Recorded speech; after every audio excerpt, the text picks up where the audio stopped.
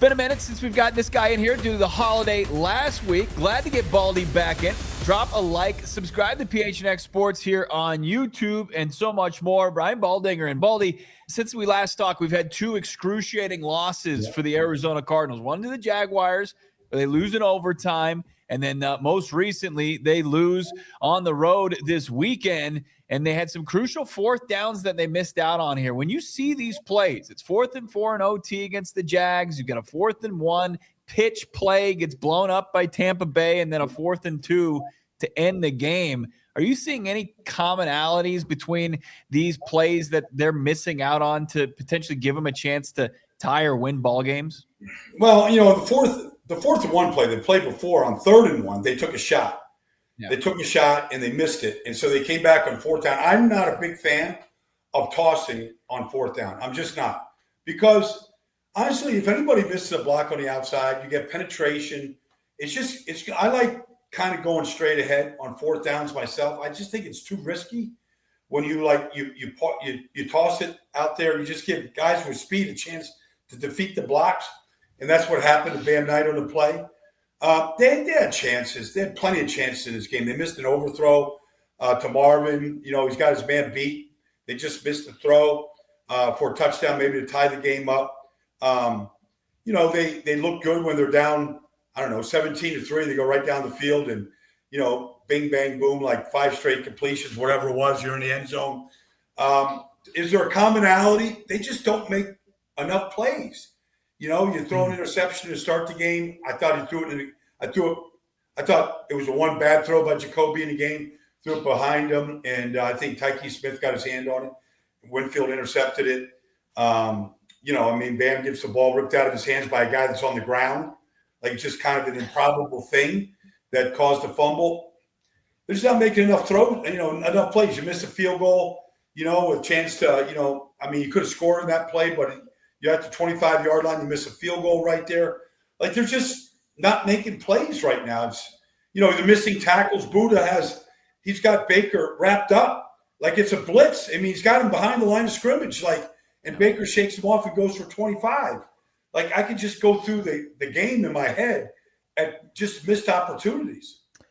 Baldy, I thought a telling quote from Jonathan Gannon earlier this week, very candid, says, after 3 seasons as this team said, "Coach, we know how to compete.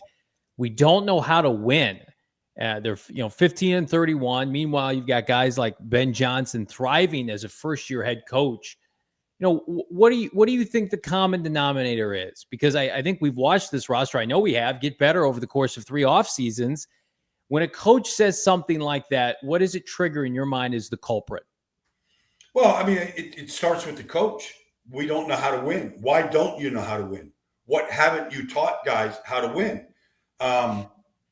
If you just make a quick comparison with Chicago, I just remember being at training camp this summer, and I just remember they were going to run the football. No matter what, they were going to run the football. Now, this kid, 7th round pick, Kyle Monangai, is a pretty good football player, but they know how to run the football. They do it from a variety of formations. They do it with a variety of motions, but they never, and last week they just pounded the Eagles. And the Eagles look like they'd never seen DJ Moore in the backfield before. But there's a creativity mix to it. But the thing that always jumps out to me, the teams that can run the football, they can run it when they have to run it, when they need to gain a yard, when they're on the 2-yard line and they got to score, they score. And I think there's a toughness to that. There's a toughness to teams that know how to do that. And that's what I see from Ben when he was in Detroit. That's what I see in Chicago with him right now. We might see it against Green Bay. And that's what, now you can say, okay, your top 3 running backs are hurt and all that stuff is, that's all fair and good. It's legit. But still, you win the games up front. And they're just not good enough right now to be able to do that against a team, honestly, that was leaking oil, that were giving up a lot of big plays. They were not a good defense at all until that game. That's the best performance they've had in a month. Yeah, Cardinals 3-9, eliminated from postseason contention. 0-7 in games decided by 4 or less points this season. Well, they lose one more. That's an NFL record as far as games lost by that narrow of a margin. So, like, when you start to kind of look at it that way, and how the Cardinals have just struggled to figure a way out. When you look at the roster, I mean, does it seem like it's in a spot, in a decent spot, to where if they did make a major change at a coordinator spot, that it could maybe unlock some things and put them in better situations for success? I think the roster is better than what the record is, but I mean, they're not winning close games. And so why don't you consistently win? Like, you had the ball with 1:49 to go. All right, you got a timeout left. They go 4 plays and out. Like, they don't make anything happen. Like, that's a chance. Like, you just saw Bo Nix just did that. They made a play. Like, Bo Nix has done that over and over and over again. But you're down 3. It's 1:49 to go. You got to at least tie the game up. Yeah. And go to overtime. Like, that was every possession's valuable. You had 10 possessions. All right, you missed a field goal. You throw an interception. You have a fumble. You miss 4th downs. All right, there's half your possessions right there. Like, you've got a 1:49 in this game, in this league, in this game. I don't care where you're at. That you have to find a way to score to at least get that game into overtime. You just do. Baldy, Jonathan Gannon was asked earlier today the biggest reason why he thought the offensive line has regressed this year. It was a unit in the NFL that I think overachieved the last 2 years, and this year, clearly bottom tier. And, we kind of danced around the question, protected his guys, which is admirable. When you watch that unit perform, obviously we've talked about Jonah Williams, who's out for the year now, but for the most part, it's the same group of guys as it was last year and the year before. Why do you think that unit has regressed so badly? Well, I mean, you lost your top 3 running backs. I think Jacoby Brissett has thrown well behind that line, for the most part. I mean, I think, the amount of sacks, I mean, I know Vita Vea got a sack, kind of a covered sack, but I think Brissett gets rid of the ball pretty good. I think he's been protected pretty well. But I don't think they come close to running the ball like they have in the past. Now, if you lose James Conner and you lose Benson, you lose these guys, you're gonna lose something. But I don't know if the tight ends are blocking well enough. You got to have tight ends that can block in this league. The right tackle is a backup. He's a great guy. Everybody loves Kelvin Beachum. He's a captain basically of wherever he goes. But I mean, you're not getting great production from Kelvin right there. You just get a guy that knows how to play and his experience. But you're not getting a dominant performance out there at right tackle. The center I always thought was really good. I thought he was very athletic, and I thought he was good in space. I don't see them doing things like that. And so I think it's a little bit of everything right now. Tampa lines up in an unbalanced formation, throw a touchdown to Tristan Wirfs. You don't see. Yeah. I don't even understand how you don't cover that. First of all, I've been in that situation like Tristan. Like, you have to say that you're eligible. You have to tell the official you're eligible. Like, as soon as you hear that, you're like, something's got to be up, and they acted like, I don't know, like, I don't think they should be that caught off guard, And so, like, it's just these little things that are getting them beat, Like, that's a 3rd and 2 that Tristan scores on. Like, maybe it's a 6-0 game instead of a 10-0 game if you defend that play. It just all kind of adds up over a period of time.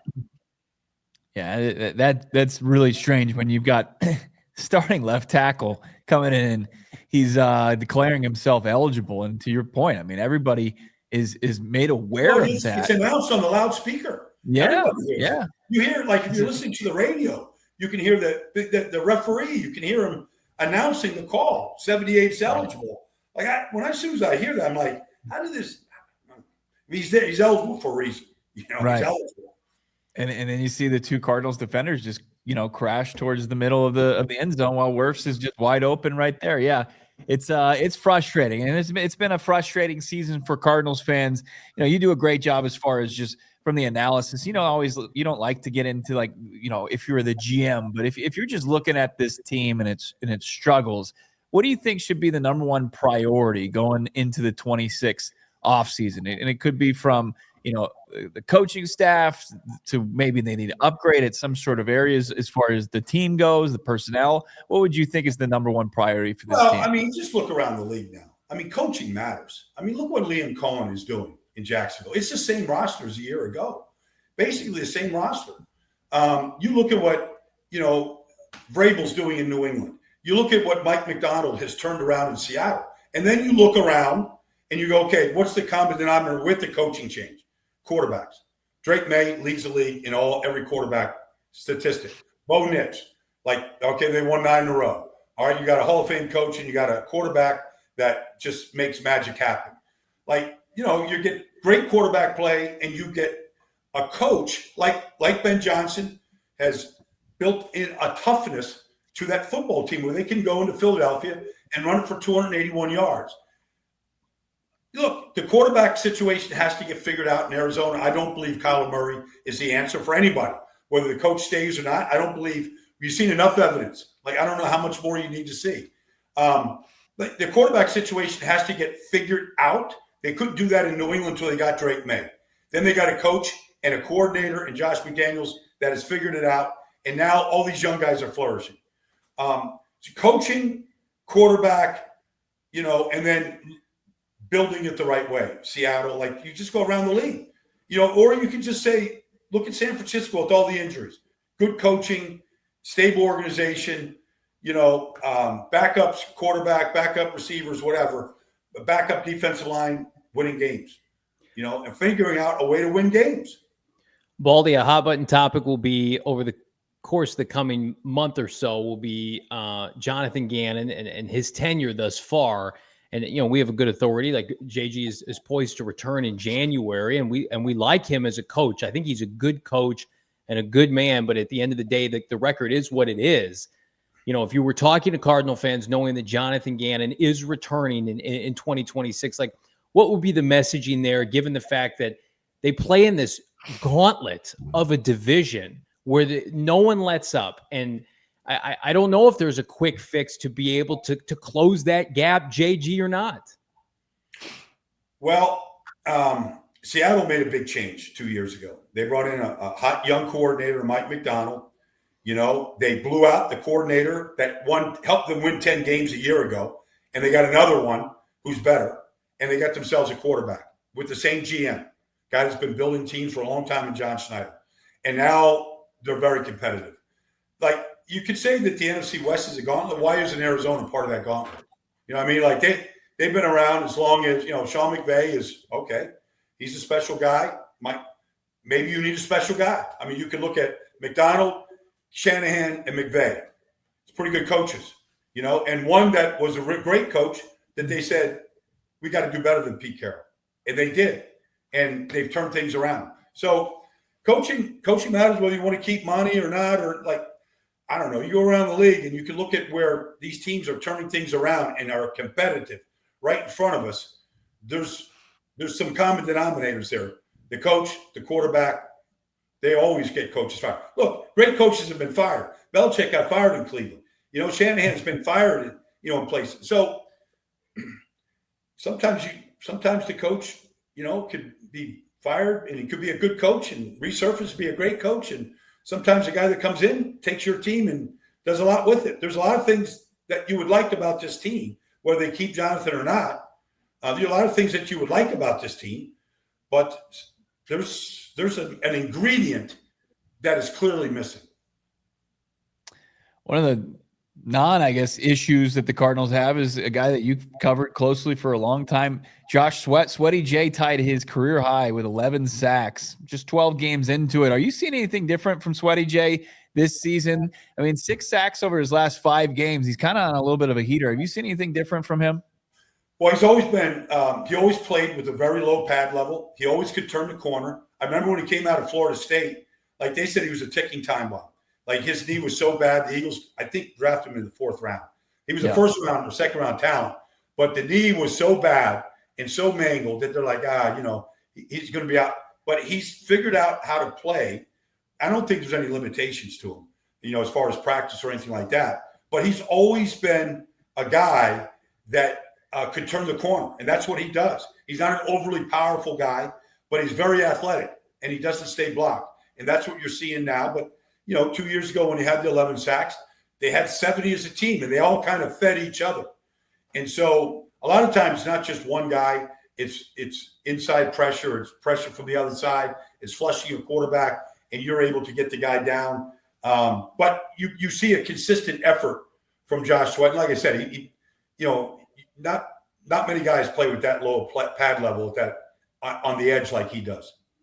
Baldy, get you out of here on this. You look around the NFC landscape right now, and it does feel like this is a heater year for the conference. You got a ton of teams, 8-9 wins that are currently not in the postseason. Who would you peg as the favorite from the conference right now? Well, I think despite the Rams' loss last week, they still look like the best team. I mean, they don't really have a weakness. You get to the 5-yard line, Devontae Adams catching a touchdown pass on you. They're going to throw it to him. And if they don't get it on first down, they'll throw it to him on second down. They're going to throw it to him. Puka is just, he's just that guy that he's a little bit like, he's somewhat like Trey McBride in that he could just work the middle of the field, but he's just so dynamic and so tough, So they've got everything it takes, and they're reasonably healthy right now. I feel like the Rams are the team everybody's looking at, but I'm not going to say Seattle can't beat them. They'll play each other again. I'm not going to say Chicago and Green Bay play this weekend. One team's on a 5-game win streak. One team's on a 3-game win streak. One team's going to continue winning. If Chicago goes to Green Bay and wins, they're going to be tough because of the way that they can run the ball. You're going to play in Chicago in a postseason game on that field in that weather. Who knows what you're going to get? So, and I don't believe in Philadelphia right now at all. I just seen enough things that just aren't right with that team. I seen this team collapse 2 years ago, and they look like they're on that right now. And I don't know if Dallas takes care of business in Detroit tomorrow. If Dallas gets there, they look like they could beat anybody. I got real quick. Let me jump in with this, Bill, because he brought up Philadelphia, and I brought this up on yesterday's show. We're slumming it, Baldy, with quarterback solutions, looking ahead to this offseason and this team being desperate. Is there any way, given if they implode in Philadelphia and given the struggles of the Philadelphia offense, is there any way they would shop Jalen Hurts, given the fact that they drafted that other kid that people are infatuated with in the preseason? Could you, Tanner McKee, could you see somebody saying, hey, Howie Roseman, here's 3 ones for Jalen Hurts? Well, there is a love for Tanner McKee in that building. I'll say that amongst players and other people because of the way that he plays and the rhythm that he can play with.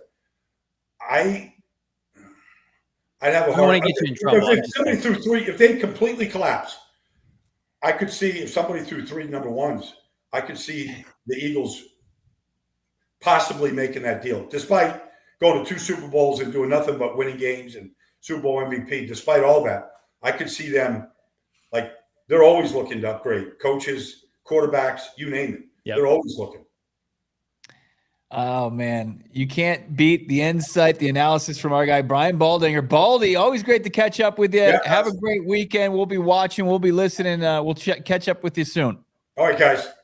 Good luck this week, man.